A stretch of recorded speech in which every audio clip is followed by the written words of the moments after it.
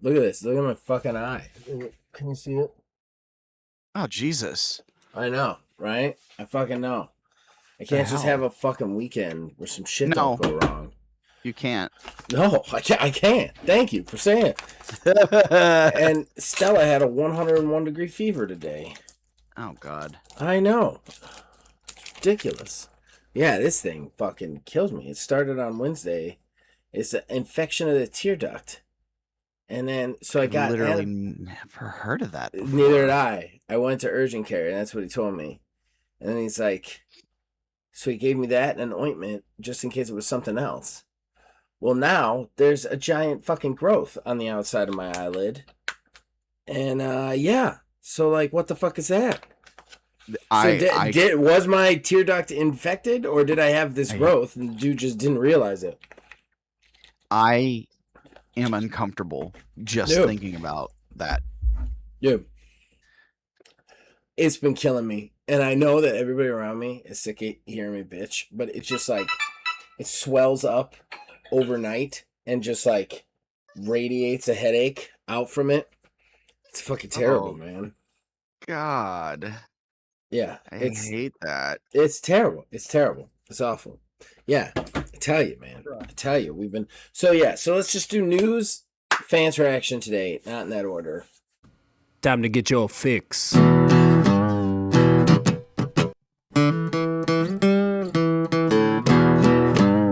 It's a horrible gaming podcast. It's not good. It's not great. Horrible gaming podcast. It's not even what you would call fair. It's really not that good.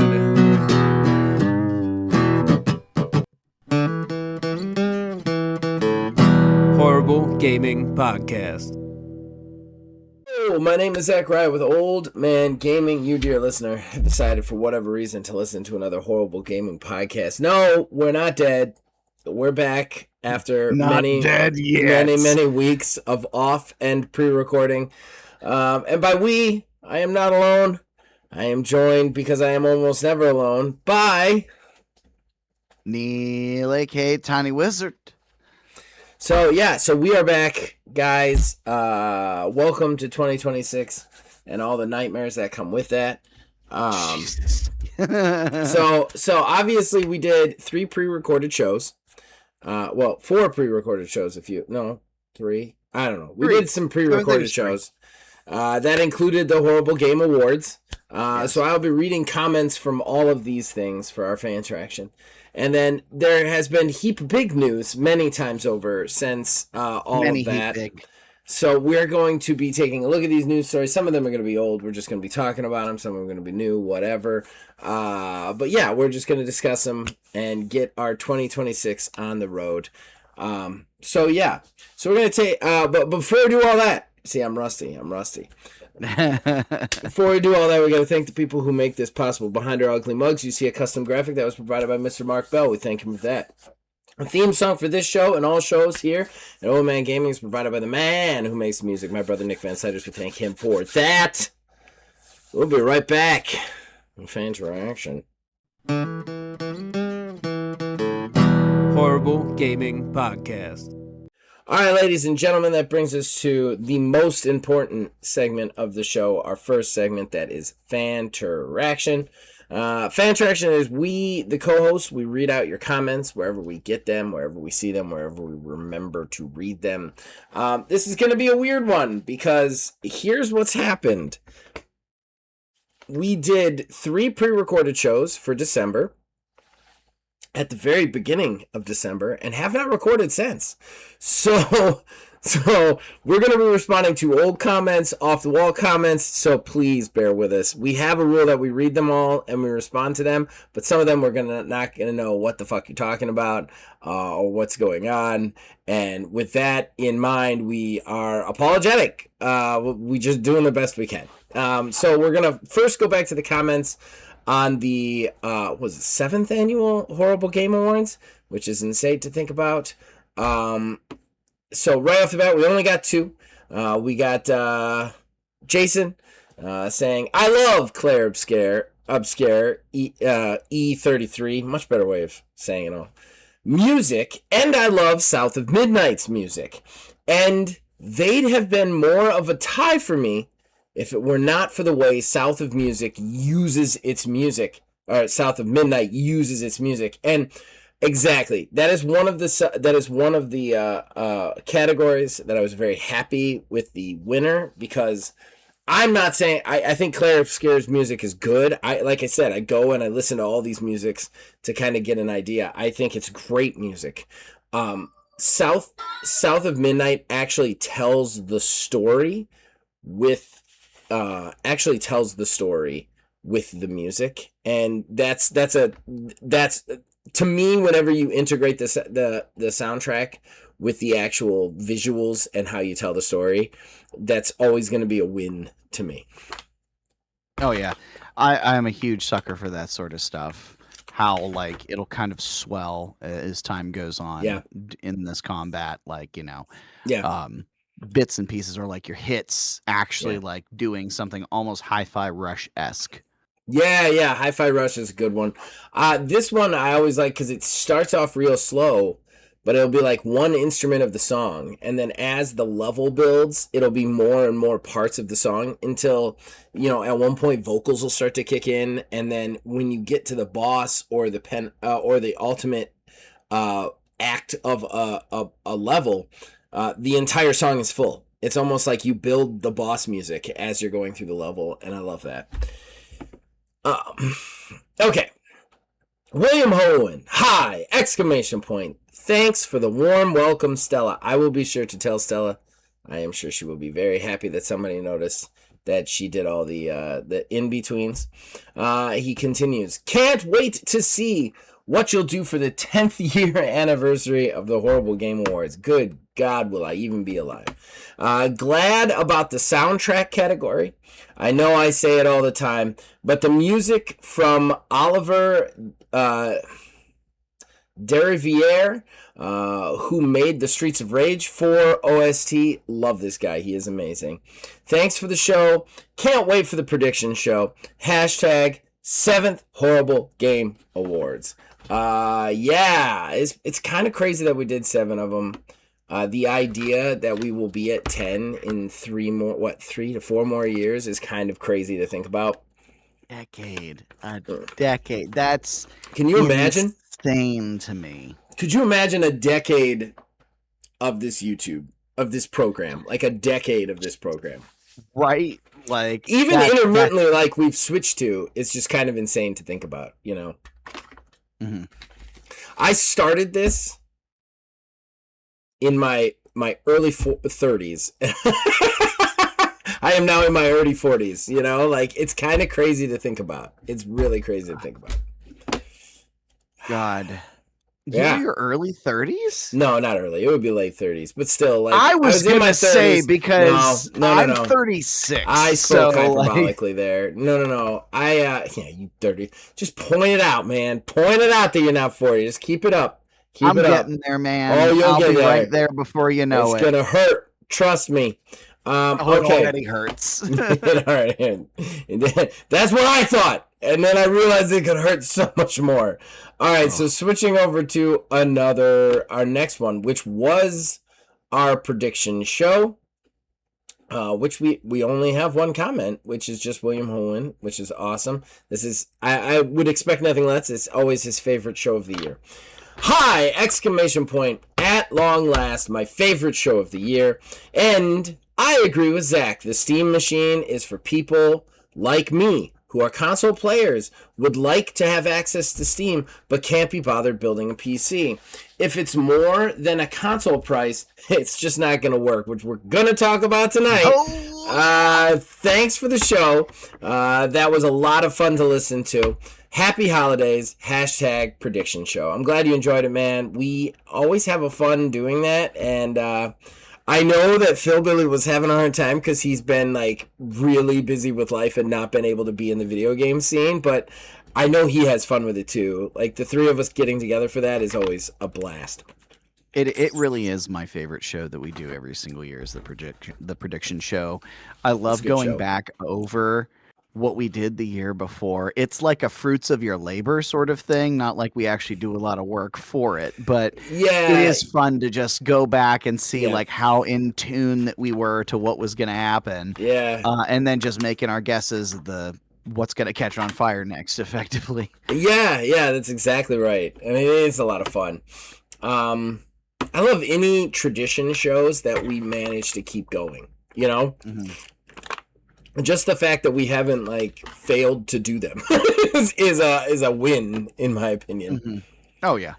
All right, and then finally, the last show that was air would be our 2025 year in review show.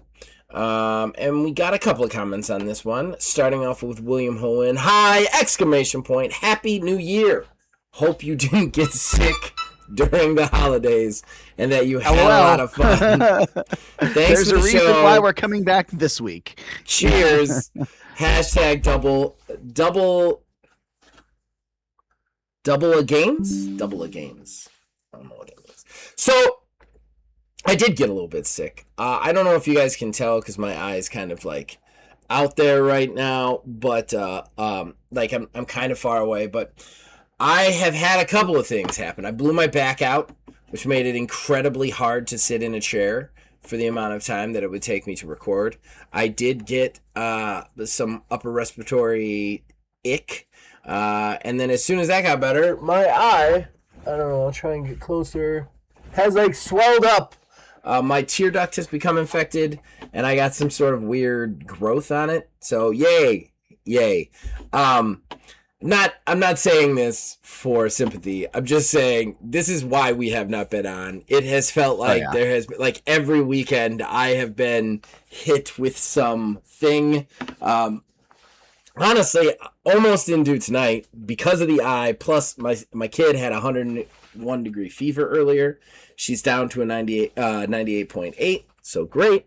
But yeah, it was touch and go for a while. So I did get sick. You predicted it, Will, every time. I don't know what it is, man. I don't know if it's a holiday stress or what, but something comes for me this time of year. When Oh, go ahead. Mark my words, when I do die, which I do not plan for that to be many years in the future, it'll be like right after New Year's. That's when like I could feel it. Like this is when life gets me the hardest, and there's gonna be one day that like my face is gonna explode.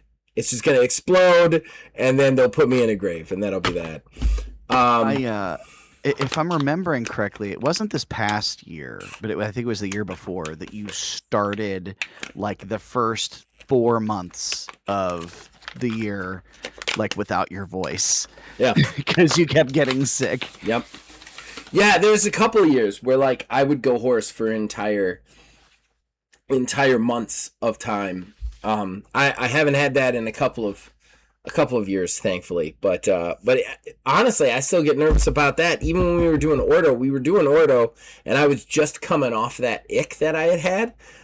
Just for you guys know, we're recording Ordo. We haven't put it out yet, but we're recording the 3rd season of Ordo. But when we were recording it, like I had that ick and I felt it. Like I was like, if I don't end this now, I'm losing my voice. I'm actually a little nervous myself because I was off today and I had some running around to do while Kayla was doing something else. So I actually stopped by work in my street clothes, just hanging out. And the one guy there, he was like, just ill. He's like, yeah, I've been trying to stay away from everybody. But like we were having a conversation, and I don't like being that guy that it's like, you're sick, I don't want to not be around you. Like, believe me, I want to not be around you, but I don't want to make you feel like an other sort of person. Right. So I'll just grin and bear it. But the entire time I was very intentional. Like I would kind of like turn my head away to breathe in. And if I exhaled, it was very like slow, just so that way I didn't inhale any of his particles. Oh, so that's where we are right now, but we're back at least this week and trying to forge ahead. We're not quitting. Scraping through as it is slowly becoming. I know our content on our channel has been low too, but we're not going to quit.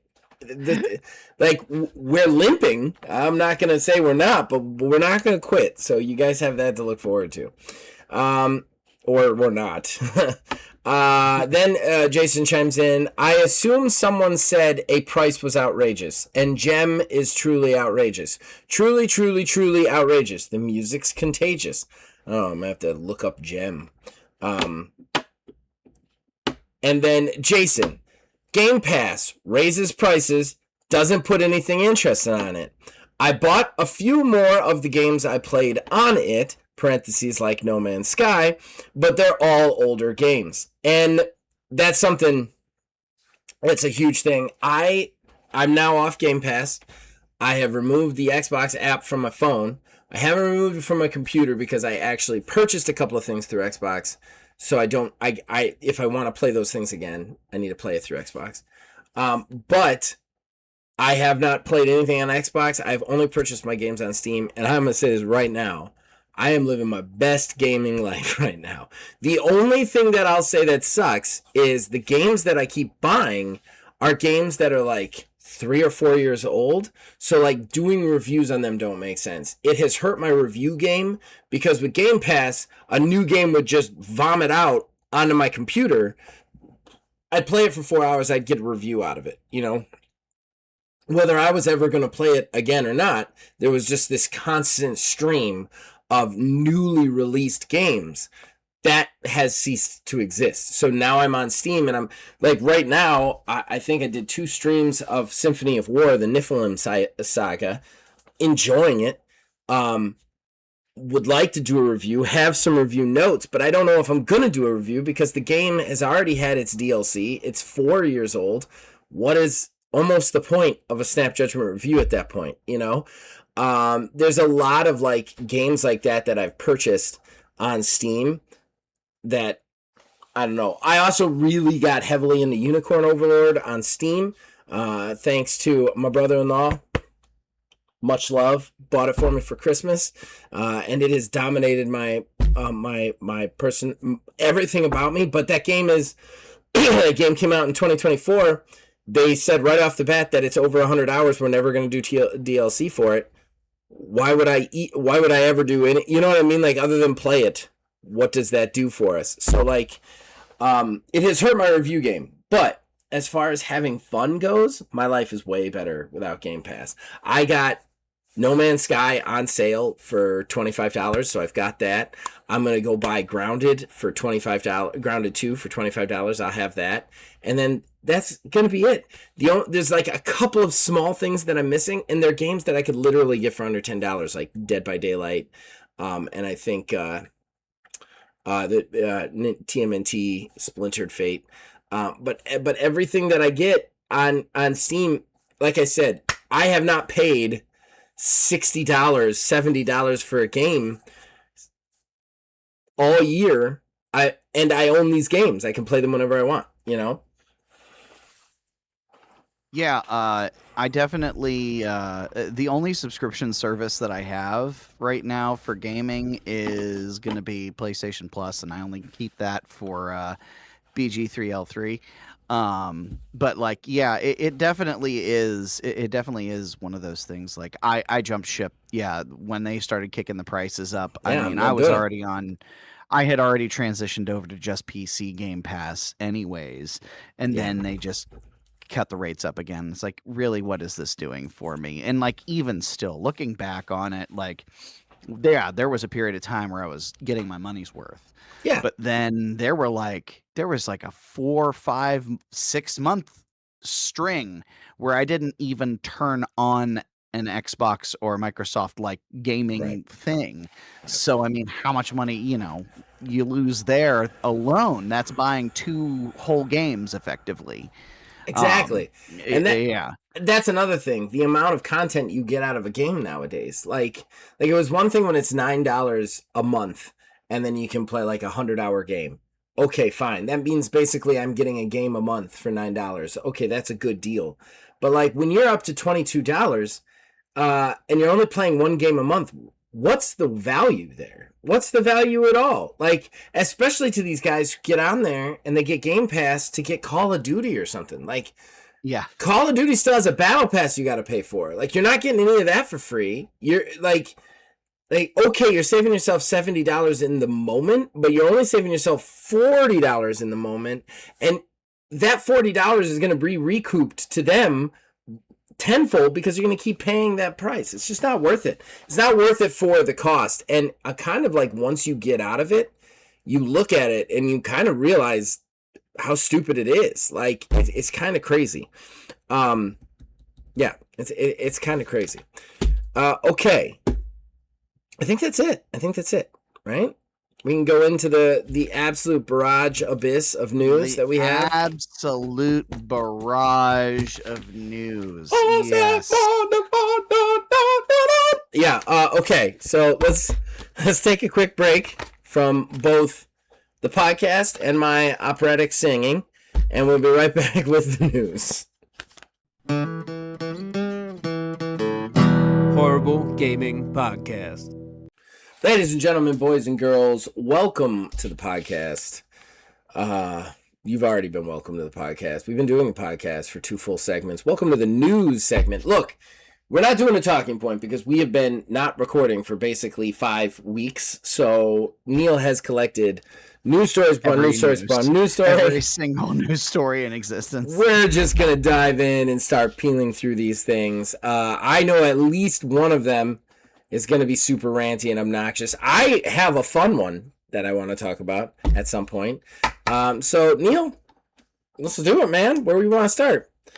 Well, I guess let's start just with the Game Awards because that happened right. That was like the last time we recorded. It was like 5 days afterwards the Game Awards were on.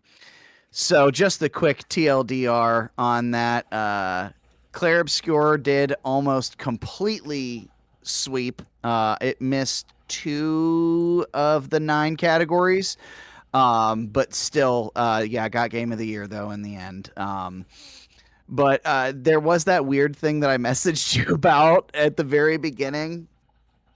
So Jeff fucking Keighley comes out and is just talking about like everything, man. Like his opening spiel and how much everything means to him. And then he just dumps on literally everybody.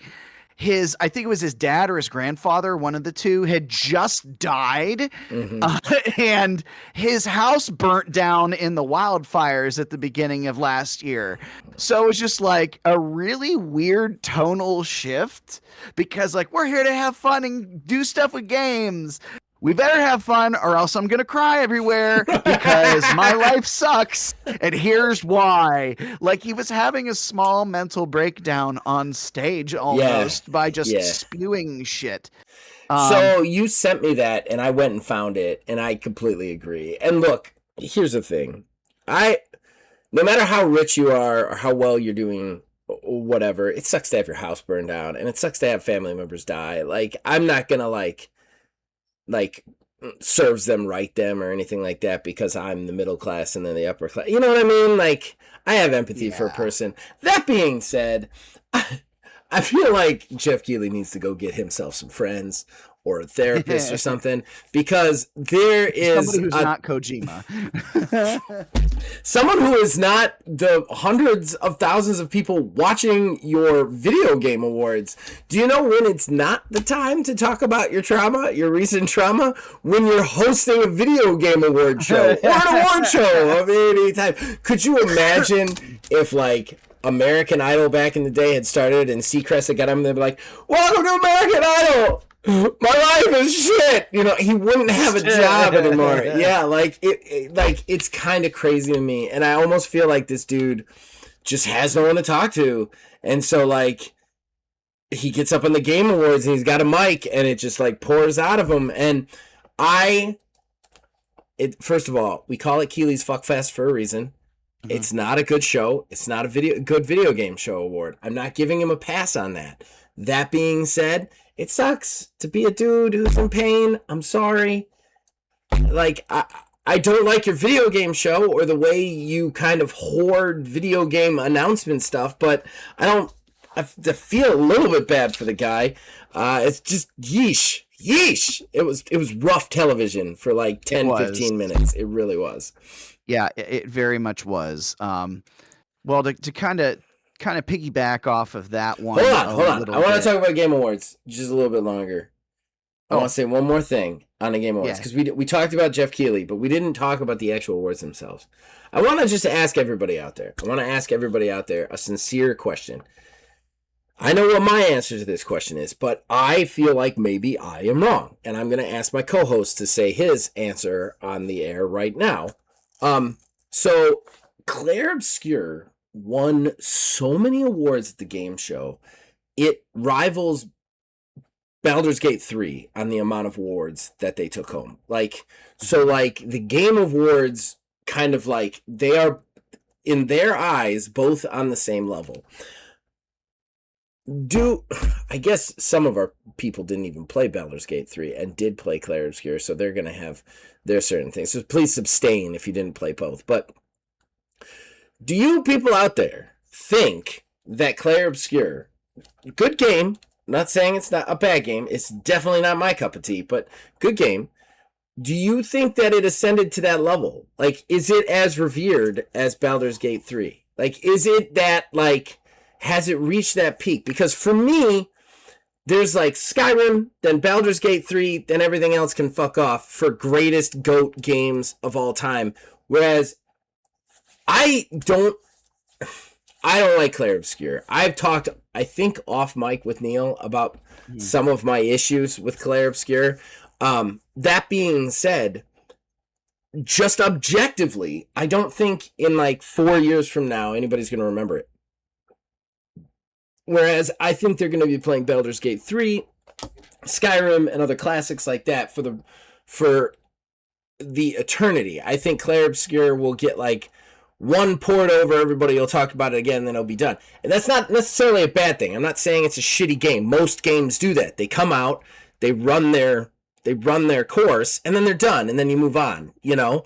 So like, my question to you, Neil, is do you think Clair Obscur is that level? Like that level of this game will be remembered for all time? Like it will stand the test of time. It is on the Mount Rushmore. Or not? That's hard, I think, because it won a contest that it is not directly comparing the same thing, if that makes sense. So Yes. like, when you take a look, like if you try to draw a line between Baldur's Gate 3 and Clair Obscur, those are two totally different games, and they got popular for totally different reasons. I'm not arguing that. But here's the point that I'm making. I'm just saying, like, will it be remembered? Like, Baldur's Gate 3?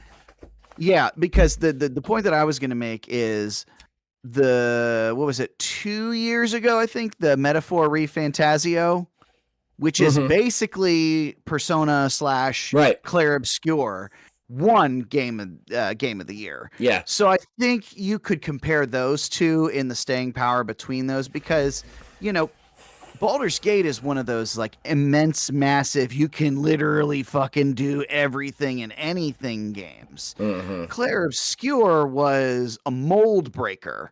It has a relatively set runtime, effectively.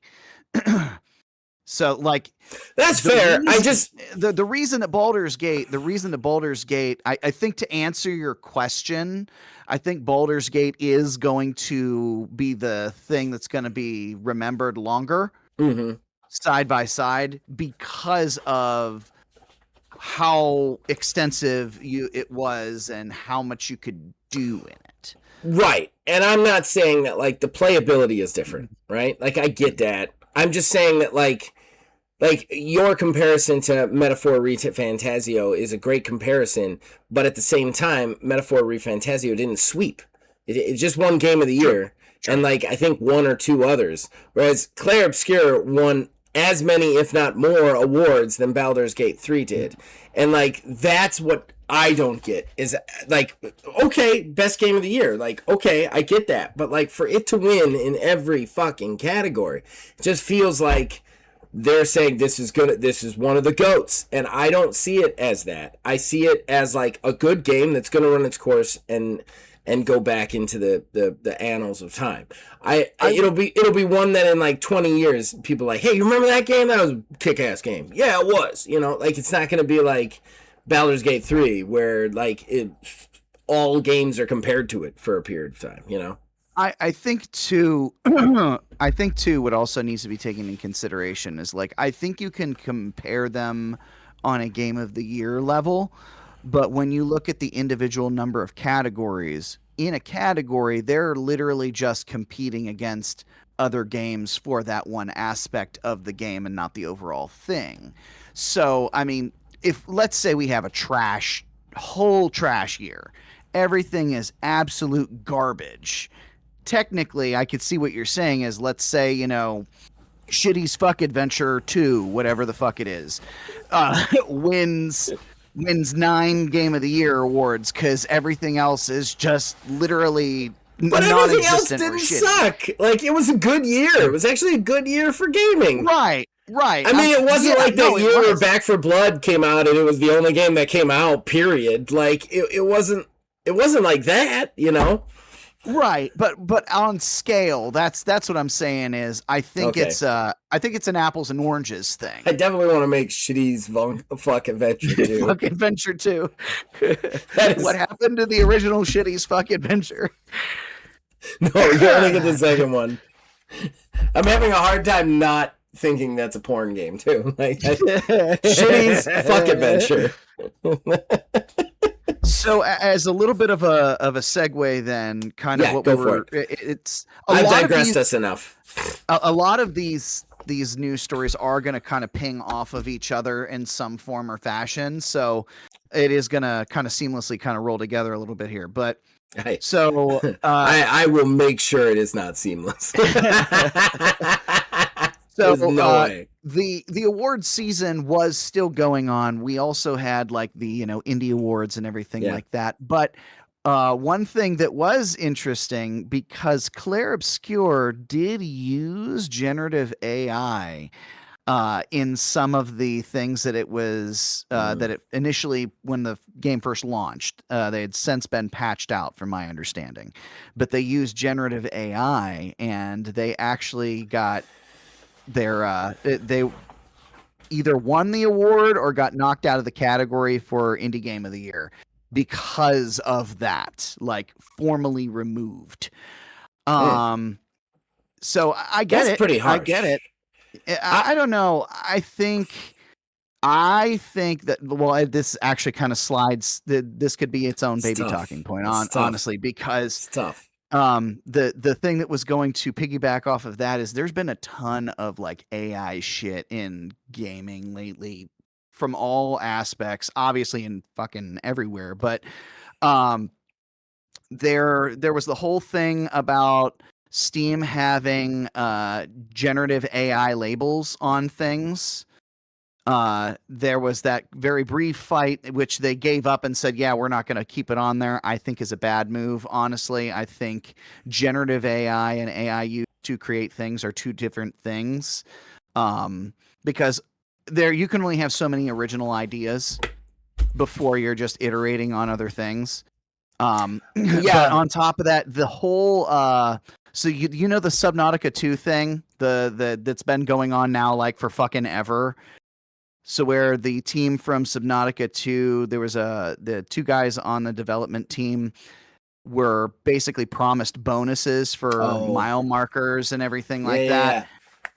So that whole saga is still continuing, and apparently the people who let those individuals go so that they didn't get their bonuses paid out, there was actually a record of them using generative AI to try to find a way so that they don't have to pay that stuff out, because AI now does keep receipts. So it's not like when you close your web browser, that's it. It remembers prior conversations, so that data can be extracted. So man, the AI thing is such a tough subject, because like it is. God, it's so tough because it's also like how you use it, right? Like, I see a Yes. lot of these companies right now getting a lot of flack for using generative AI within their own walls.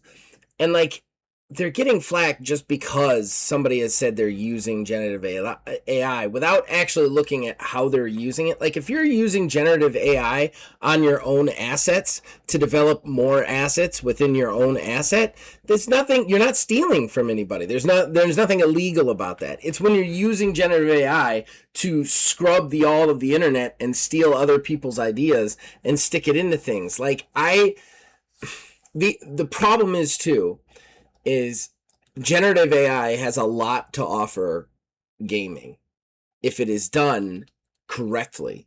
But the problem is with everything in gaming is if the people who would use it correctly get it, the people who would use it incorrectly get it. And those are the people who are going to just toss slop down your throats and find ways to fire their developers and find ways to get rid of other people.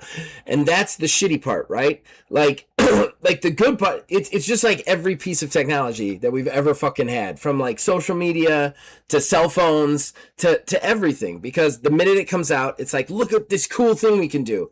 And then immediately somebody evil goes, oh yeah, look at the cool thing I can do.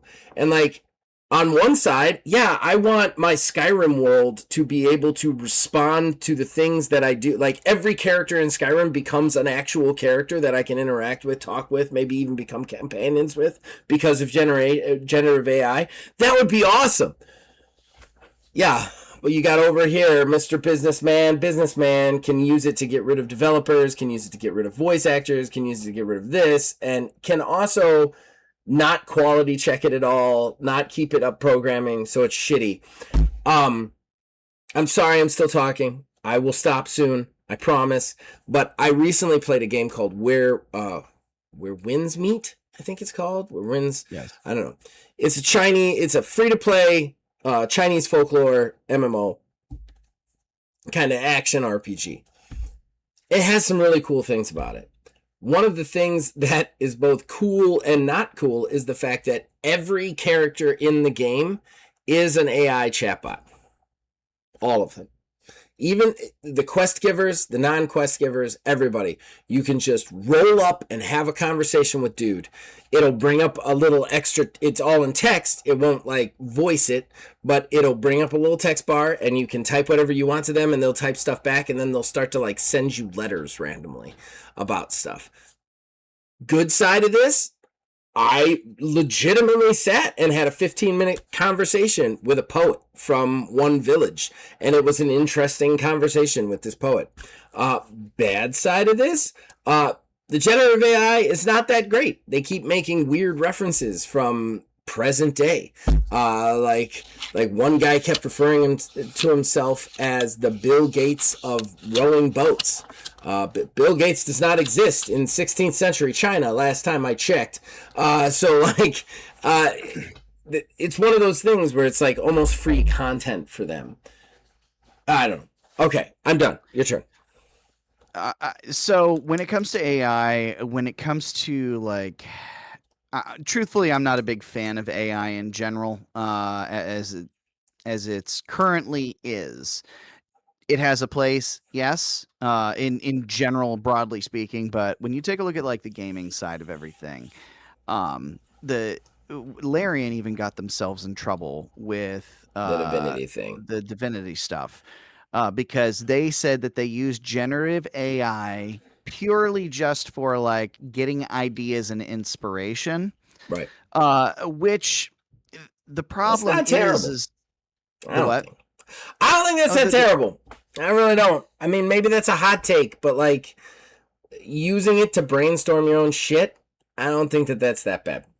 Just saying. I mean, it's not as bad as it could be, but at Yeah. the end of the day, an initial model is trained on other works, or else it wouldn't Yes. know what to do. So, I mean, it is derivative in some fashion, We're one all way or derivative another. in some But fashion, though. but that's the problem. That's the weird sort of both sides of the argument is there does become a point when you do run out of original ideas, thoughts, stuff like that, because you can only think of so many things until you start bumping into those other Right. things. Like, oh, that's just like blah, you know. Right. Well, and that's the thing. Like, how many heist movies are there? There's 100,000 heist movies, and probably more than half of them have the same like first act, second act, and third act flourishes. Right? It's how they're written, how the director perceives it, how they direct it, what they show you, what they don't show you, how the actors act it. I mean, just because an idea came from a chatbot who looked around for ideas and put one together doesn't mean that it's not original by the time it goes through the brain of a human, you know. And that's the tricky thing. It's like somebody, like, everybody everywhere is so hard on everything so fast, whether they like it or they don't. It's so, like, everything's so polarized. We have to immediately be against something or immediately be on board, period. That's just not the way the world works. And it is why everybody hates each other so much. Just I'm not saying it's used properly. I'm definitely not saying that. I'm just saying that, like, there is a little bit of, like, hatred for any use of it whatsoever. And I don't think that that's fair necessarily, you know? Yeah, Like, are you using AI to make your game? That's pretty fucked up. Like, okay, that's pretty fucked up. Like, are you using AI to, like, brainstorm? Are you using AI to help you as a supplement? As a supplement to your own assets? Like, yeah. Are you stealing shit from other people? Or are you stealing shit from yourself to make new things? Like, there's got to be a line there, and there's got to be a compromise, because AI still can do good things for us. It's just like there's never any compromise anymore anywhere. It's just so hardline one way or the other that it drives me nuts, you know? Mm. Let me see here. Trying to think of I'm probably going to get hate on that one. Well, let's slide into some weird and interesting hardware stuff. Okay. There's not a ton of stuff that's like nightmare bad. But so 3DS XLs are starting to go for crazy amounts on eBay. Makes sense. So people are beginning to think that the 3DS XL is now entering its collector phase. They're going anywhere from $200 to $350 for just a standard pre-owned one, with some new inboxes going for $1,000 to $2,000. From there, you look like you saw a ghost for a second. With the headphones on, I never know if my kid's sneaking up on me. Also, very interesting on top of that, the PS5 has officially been hacked, allowing for jailbreaking of the console. The best part of this, it is a physical exploit built in basically at the hardware level. So it's at the actual root level, the actual manufacturer of the device. Every single current PlayStation 5 is eligible for this jailbreak. It can only be fixed with a hardware revision. Fuck yeah, jailbreak that shit. Jailbreak it. Fuck them. Fuck those corporate dicks. Oh yeah. Punk rock for life. Yeah, it's very interesting here. Oh man, I must be missing something else. As far as the DS thing, I think the DS thing entering a collector phase is actually probably smart. I think getting it now is the way to go if you want to collect it. I mean, that thing is starting to fade away into the background now that we're 2 Switches in at this point, right? Yes. And let's face 3 it. Switches in. Nintendo's 4 Switches in. Nintendo is absolutely terrible about bringing their shit back in any sort of substantial, long longevity sort of way. So, like, if you can get a DS with your DS games, get them, because then you have them forever, and you don't have to worry about when Nintendo decides to not carry them, or when they decide to close their eShops, or when they decide to never put them on them in the first place. Like, you can just have that. Like, I got a 3DS XL with a flash cart. I'm good there to you go. Yeah, you're good to go. Fuck it. Bugger, yo. Speaking of DS, there's a very strange and weird Metacritic meme war going on over Claire Obscure. I don't know if you've seen this or not. I have not. I don't know anything about this. You got me stumped. So the internet is doing a big old goof right now, and they are bumping the Metacritic score of an obscure licensed DS game for a Disney Channel show. The game's called Cory in the House. This game now is slowly creeping up on on Metacritic's ratings because they want to, on the internet is trying to memify it and make it a more higher rated game than Claire Obscure. Wait, say that again. Say that again. I'm sorry. I lost my train of thought because everybody upstairs are yelling at a video, I think. Oh, geez. Yeah. So Claire Obscure's Metacritic score is like way up there. It's one of the highest reviewed games of all time. The internet has decided that they want to memify this, and there is a DS game from forever ago based on like a Disney Channel show called the game's called Cory in the House. This game its Metacritic score is being shot way upwards by internet trolls, just giving it high reviews. It is on Claire Obscure's coattails, and now this game is being listed for like $400-$500 on eBay.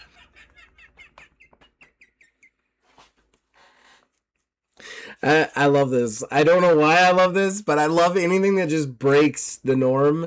Like, I love that they were like, hey, you know what we're going to do today? This is the same as like review bombing, but this almost like seems like just for fun. The reverse. Yeah. I will say this right now. Anybody out there who is making their game choices on Metacritic or like the review system on Steam or whatever, like that's just like if that's the only metric you have for deciding whether you're going to get a game or not, it's not like do it yourself because they are so utterly manipulatable. It's hysterical. Oh yeah, it's hysterical. Helldivers is a great game. That game has gone from like mostly positive to mostly negative 14 times in the course of its lifespan, and the quality of the game has never changed. Like no. I think that like on one hand, I'm like, hey, this is the way that the players who play it let the people making the game know that they are happy or unhappy, and that is great. They have a voice. But on the other hand, I'm like, I would never use this metric to decide whether I'm playing this game or not. Oh yeah, it's like going to Wikipedia for like literally anything. Yeah. Yeah. That's exactly right. So probably I will say the one of the most downer of the news stories here that you and I briefly talked about. Apparently on December 22nd, Ubisoft Halifax voted to unionize. And then like the next day, Ubisoft shut them down. Yep. So if you got any questions or reservations as to where Ubisoft at least stands on unionization. Yeah, I'm not going to lie. I have not played an Ubisoft game since. And you know, just as good as anybody who's been listening for a long time, I am a huge For Honor player, and I'm a huge Skull and Bones player. I have not touched them since. This is just morally reprehensible, and there are a few times when like a company can make me go, I don't want to play your game anymore via your moral standings, you know, few times.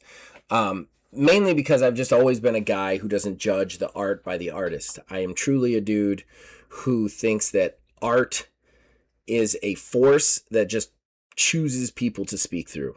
Like, call it religion, call it whatever you want. I believe everything that I have ever written was just, I was just a vessel for that creation. So like, I very rarely judge the art by the artist, right? It is special occasions where like, I just can't get past something, you know? And this is truly one of those occasions. Like, Like, you let them vote to all unionize, they unionize, and you shut their studio down. Like, the entire studio. Like, they fired all of the people. They shut down everybody just because it unionized.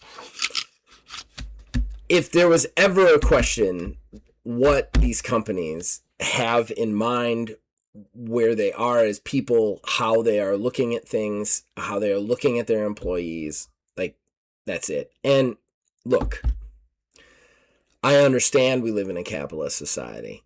We do.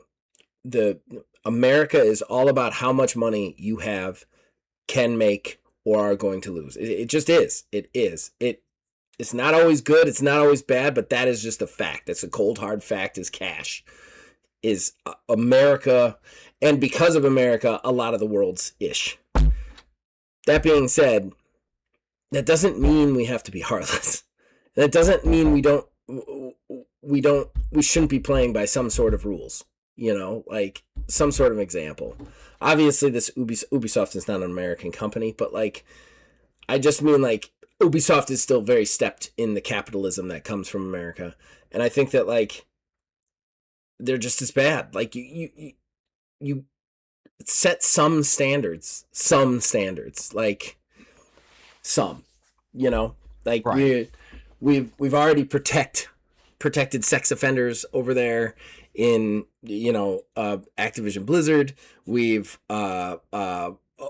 ordained human rights violations. We have now we're going after union busting, and like that's just not okay at all. And I've had some problems with Skull and Bones recently, but overall, I love Skull and Bones, and I almost never have any problems with For Honor. I love For Honor. I've talked to you about that many times. Like, For Honor is a great love of mine as a game. I don't know that I will ever play it again. I don't, with this happening, because this is just too much for me. 100%. So I am going to try to pick up the pace a little bit on these because I still got like 3 or 4 more. I actually don't have to work tomorrow, so I'm good. I don't have to work. It's a holiday. Weirdly, it's treated as a holiday day at my job, which really? It is. Yeah, it's we're only open until 5, which is interesting to me. That's awesome. Yeah. That's awesome. So, I don't know if you had seen this. I don't know if this is really newsy. At least I picked it up because it was very interesting. Well, picked up the story rather. There's a game coming out called Evo Creo, and I don't know if you have seen this or not. I've seen Evo Creo. I don't know what it is. I haven't looked into it. I've heard the name. Okay. If you thought Nintendo had a problem with Pal World, shid. It's like pixel art. You get 6 creatures to battle each other. Like, no, I do. I know this one. Yeah. Yeah, it's blatant. It's like, what? Like, Nintendo just has to not know about it. That's the only reason. Unless they're just too worried about going after somebody else while they're still in the middle of Pal World shit. They're losing the battle. Here's the thing. Like, yes, you need to defend IP to a certain extent. But they're not defending IP.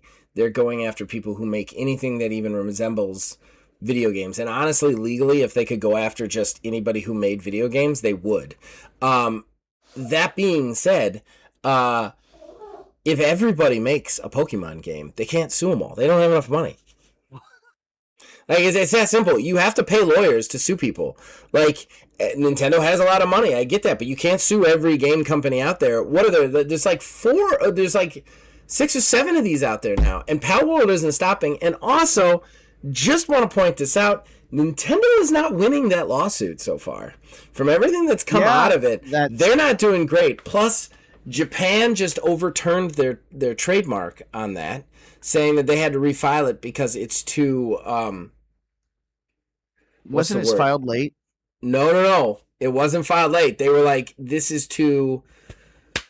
What is the word when it's not specific? Broad. Yeah, it's too broad. That's not the word I'm looking for, but yeah, it's too broad. Too broad. for you to get a trademark. And when Japan refused it, the new FCC guy, who is not FCC, no, it'll be the FCC. Isn't it FCC? Whatever. The people over here, whoever's in charge of that, he's a new guy. He's an asshole, but he's also like trying to hang his coat on something. And when Japan did that, he's like, I'm going to look at the trademark that was filed here, which is the basis of the lawsuit. Because I think maybe we overlooked it being too broad as well. So that trademark now might get overturned. Plus, it didn't go through in another country. And I just want to point out, they're both Japanese company. Like, the suit is over here, but they're both Japanese companies. So that's got to hurt the lawsuit all around. So, like, oh yeah, that lawsuit is not going well. They're not winning that right now. Nor should they. And fucking Palworld's coming out with a card game. Did you see that? No. Yeah. They're coming out with a card game. I was like, hell yeah. Hell yeah, Palgo. Hell yeah. Salt in the wound. Go hard, baby. Go hard.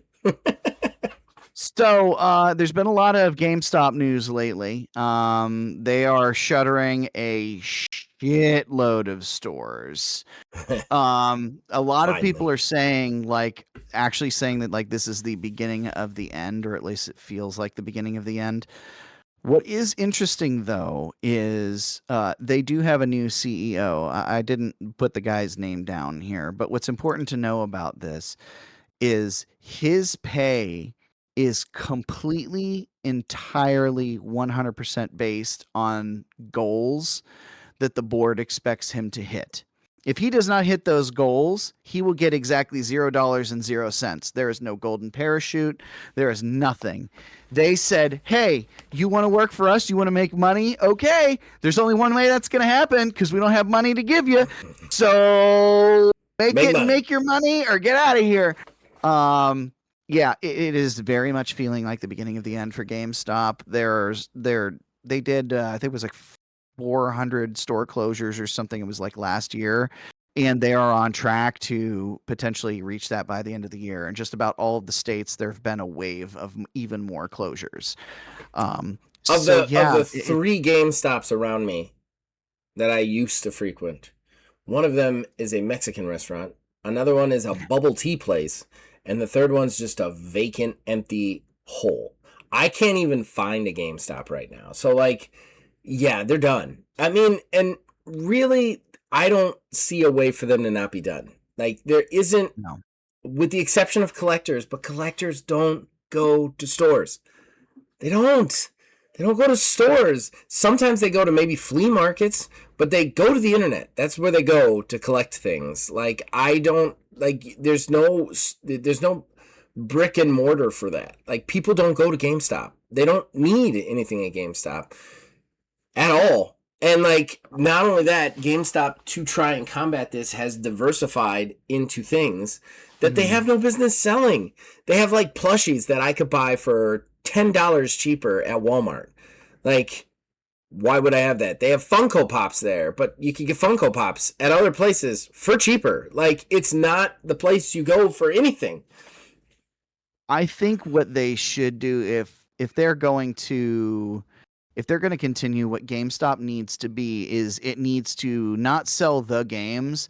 I think it needs to sell gaming merch,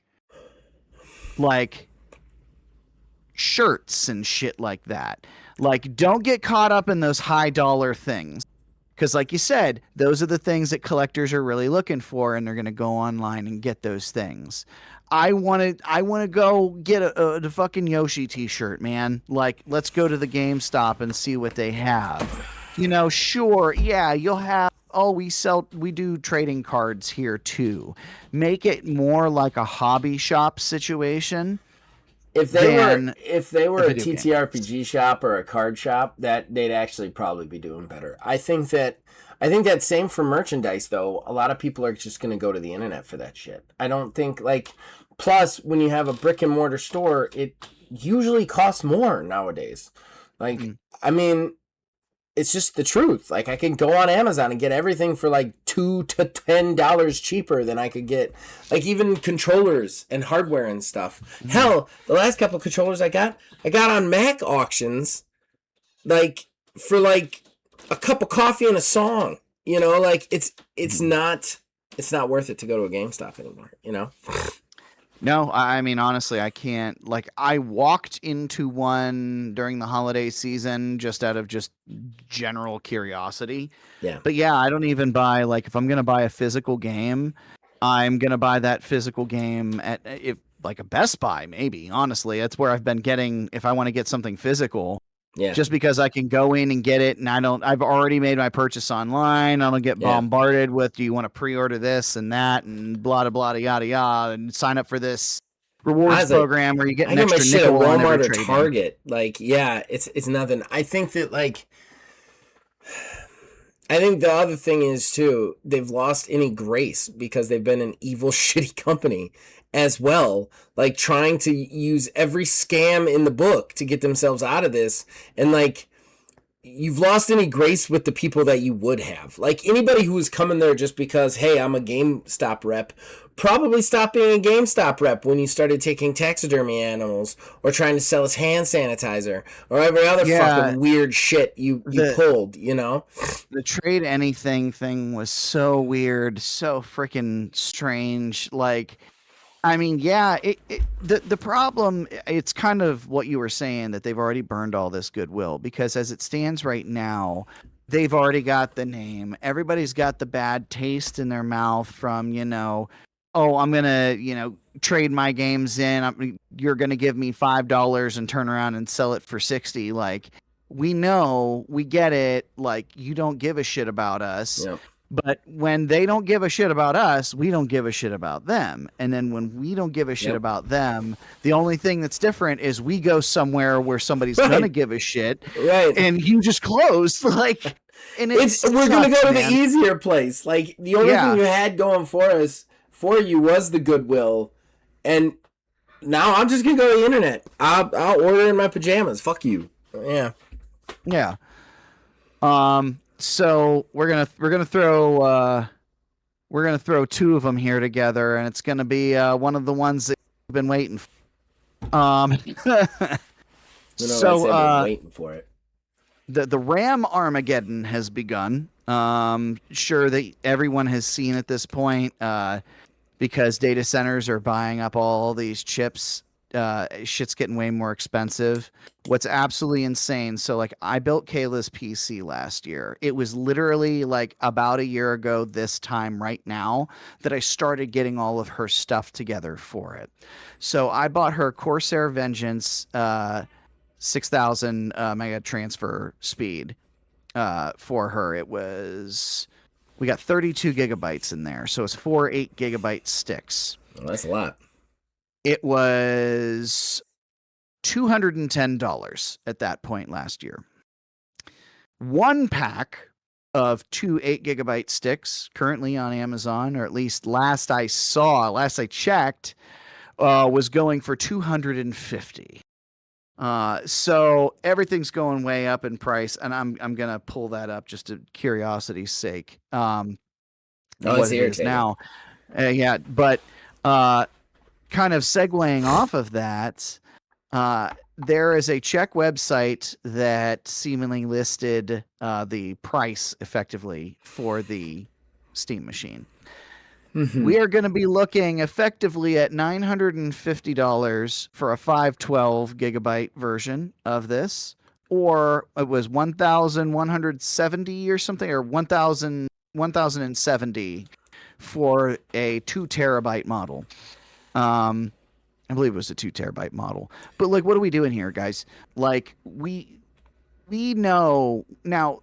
One thing to keep in mind, one thing that I didn't think about until I heard somebody else talking about this after I had messaged you about this, is Valve sells their stuff through their Steam store. You don't really go places and buy those. So there is a possibility that this could be fake. I don't think it's fake. But what I think it is a reseller markup potentially. But even still, even a reseller markup for what you would be paying for this Steam machine, it goes back to when we were just talking about everything before.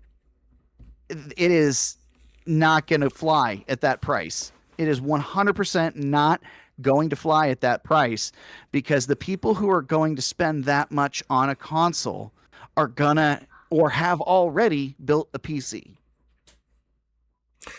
Yeah. Look, we've talked about this multiple times. We even had Phil on and talked about it. And I've never necessarily disagreed with you guys' assessment. My assessment was always it can't be that way. Because if it's that way, it doesn't work, you know?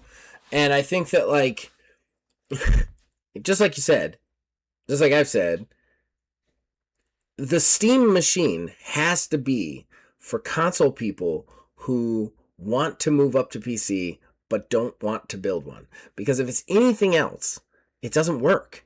And the reason we know this is concrete evidence of when the last time they did a Steam machine and they tried to do this and it was like upwards of $1,000 and nobody bought it because it was too expensive.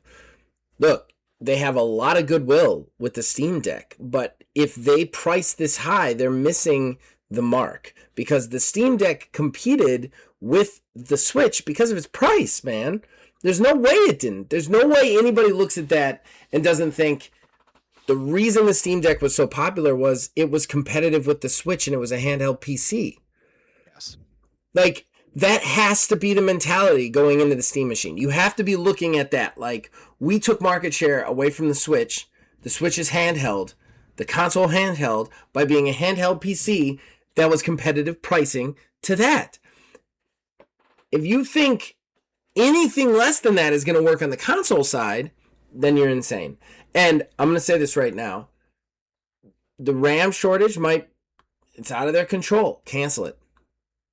Cancel it. Don't release it. Don't tell us about it. Yeah. And that's the other thing that bothers me is they told us about this trailer, right? They showed us this trailer. You and I know how this stuff works.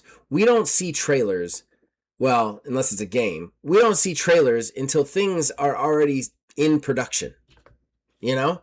Like, you don't see a trailer for a console that they're not already working on, that they're not already producing, you know? Right. So here's the thing. Either they made enough pre-RAM shortage to have that price be low, or they didn't, and they showed us the trailer way too fucking early, and they need to just take a bath on it. Because this does not sell at $950. It does not sell.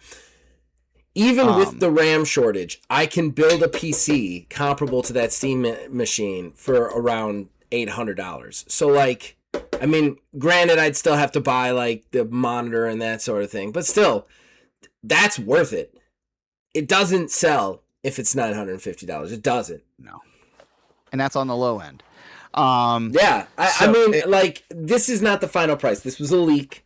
They have not actually announced, verified what the price is. Correct. This was just a leak. Correct. I will say this. I don't like the fact that they've been silent.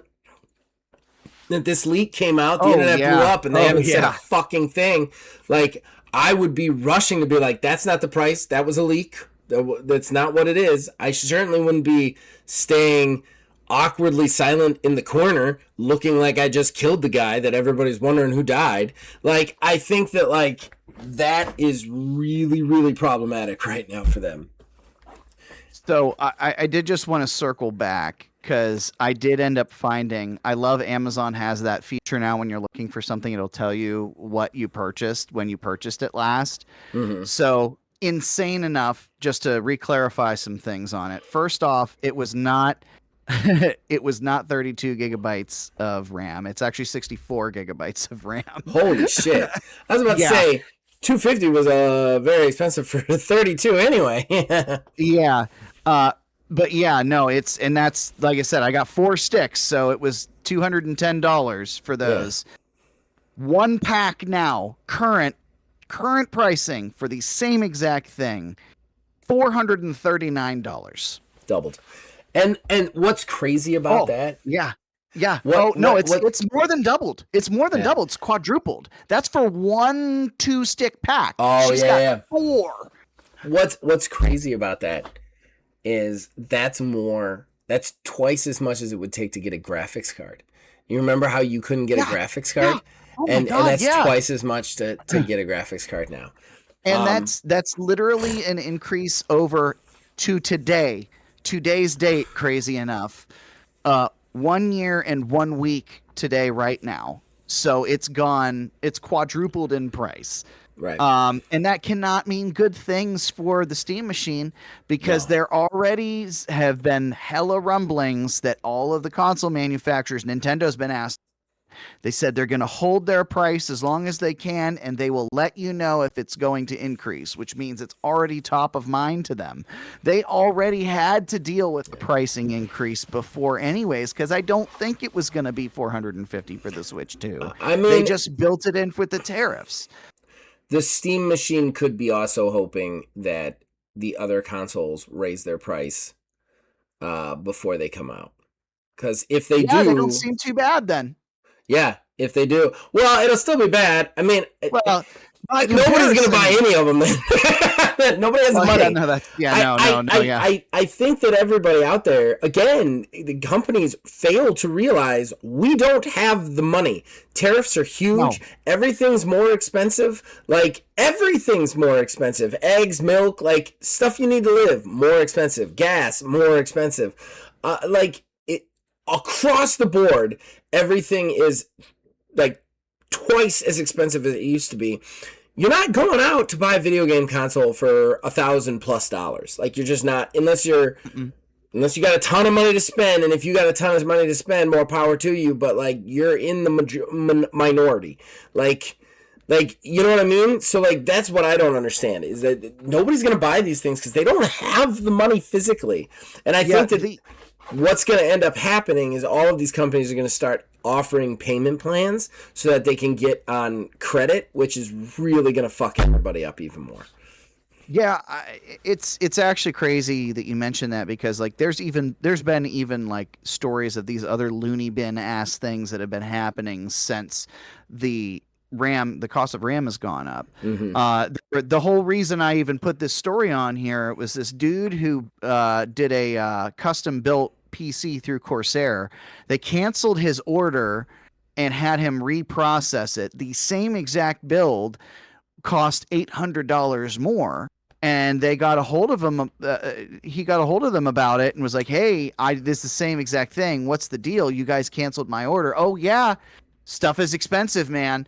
There's other places who are literally allowing you to do a pre-build or do a build your own PC, but just completely omit the RAM and have you just do it yourself with whatever you got."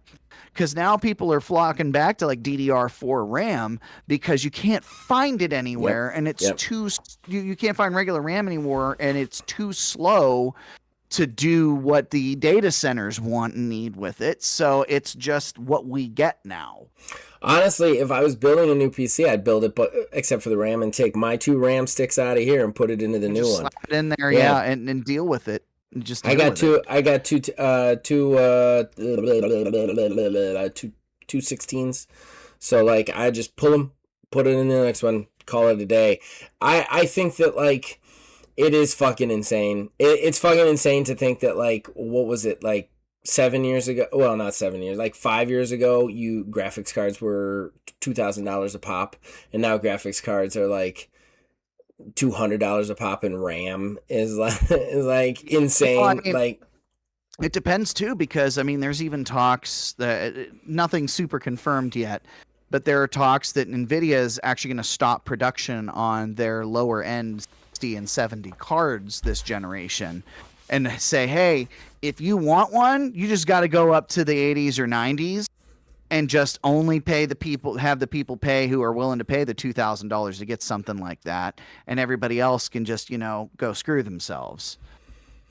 Yeah, I mean, I've never liked NVIDIA's practices. That's why I go with AMD. But like, at the same time, that's how they're going to force it. They're going to eventually force you, even though you don't need it. And that's something that I don't like, that I see the writing on the wall. You know, we kept talking about how there's a singularity where nothing's actually getting any better.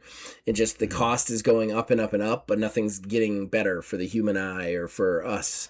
So what they're going to start doing is just like, it's going to be like blast processing. It's going to be like just fake fucking features, but we're not going to service the old models anymore, so you have to buy the new model or you get nothing, you know?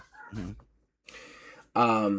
Yeah, it sucks. Yeah. And I'm waiting for the payment plans. I think that's the next step. I think all of these consoles, all of them are going to start going to like, okay, we know it's $1,000, so it's $20 a month for X amount of months, and then that shit's going to go on a credit, and it's going to destroy all our credits. And we're going to literally have a housing crisis with video games in our country. Like, because people go out and get these loans, they'll kill their credit for a fucking Xbox.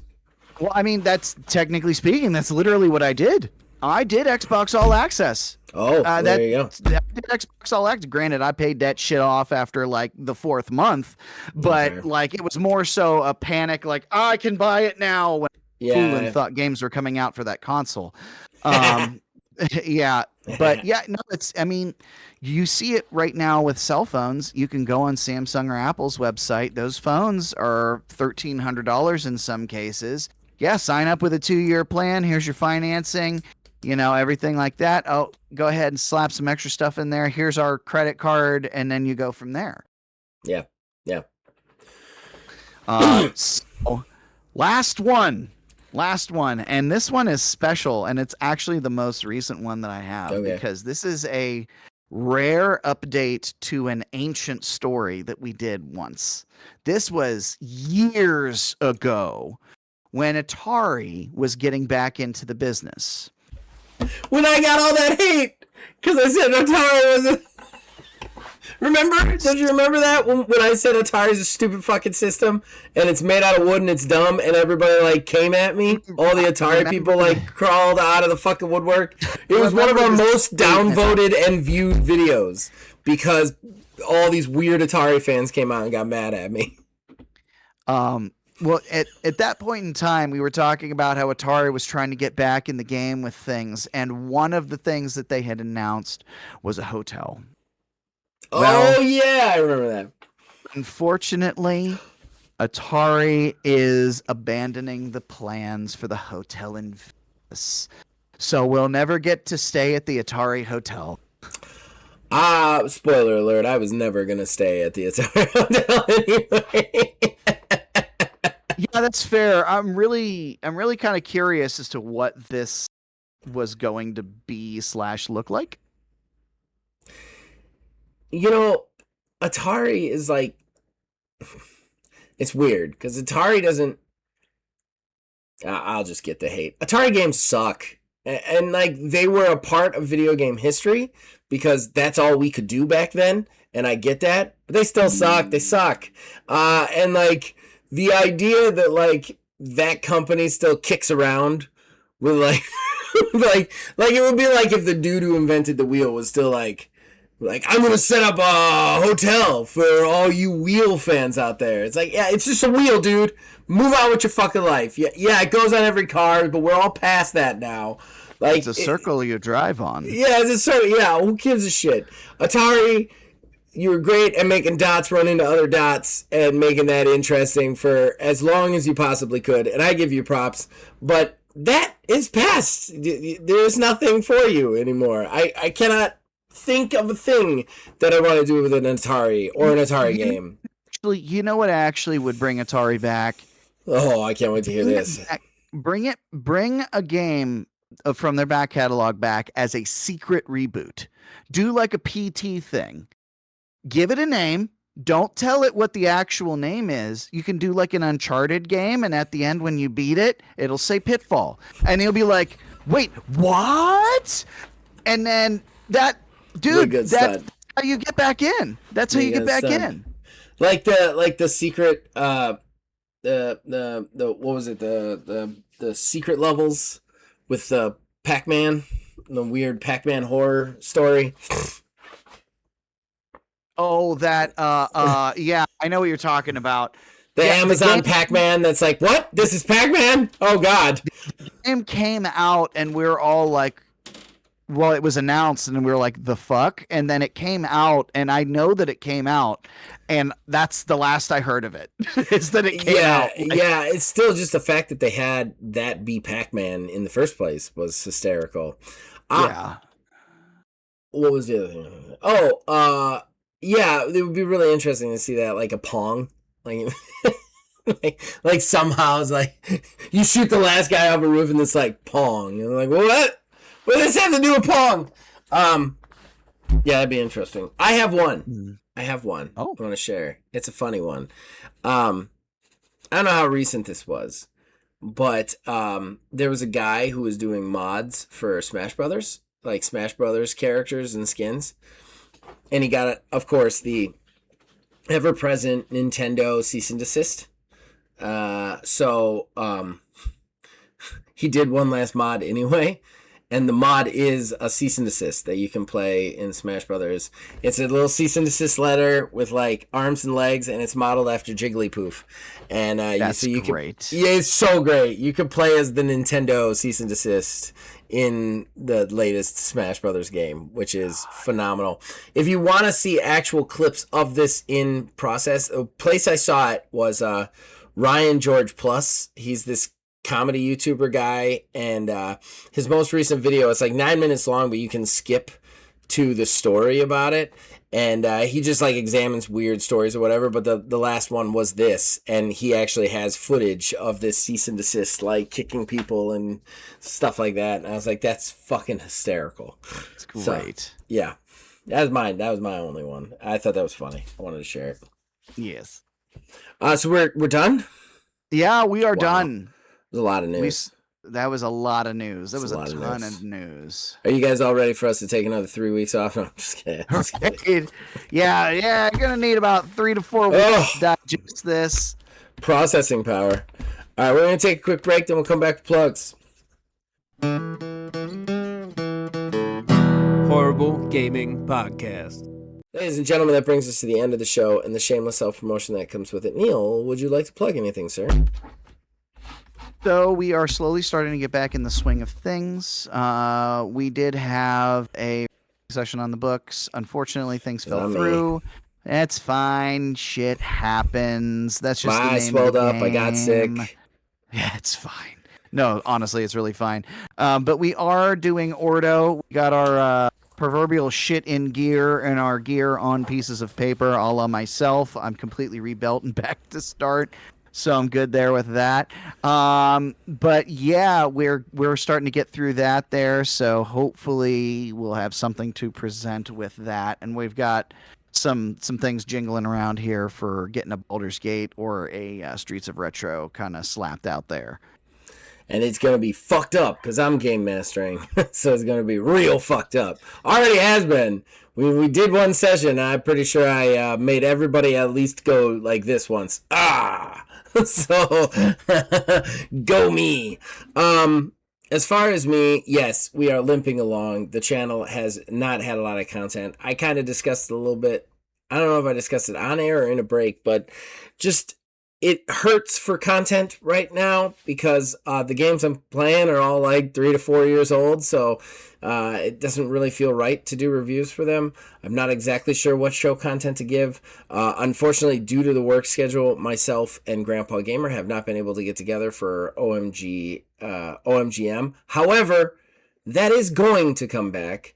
We have, and on the TTRPG side, we have a lot of stuff planned. Video game side, I need to get it in gear. We're going to get a couple shows going. BGL3 will be back. We also have some Streets of Retro that we're probably going to be doing here soon. Work schedule permitting. And then, of course, Wizards West by Sanctorum's coming back. We're recording another episode of that tomorrow as we're recording this today. And we even have a really crazy actual play that we're working on for probably late summer, which I am very excited about, like more excited about than I should be. And other than that, Neil, he's in it, so he's excited. It's great, yeah. Other than that, you guys can always contact us on Discord. We'd love to hear from you. And as long as you keep watching and you keep listening, we'll keep making them. It might be slow, but we will keep making them. We'll see you guys next time. Damn it. Pause. What if that was the opening for the show? Like it was just me, like monotone, just like, and that was it. Like that was it, and it was just the slow fade in of our thumbnail, and then it just came into us. I might do that one episode just to mess with people. What the fuck was that? That'd be great. That would be great. I should slip like real words in, like something like, "Oh no, it's the horrible podcast with Zach and Neil, the guy no." I'm sure you could chat GPT that up in a second. Chat GPT.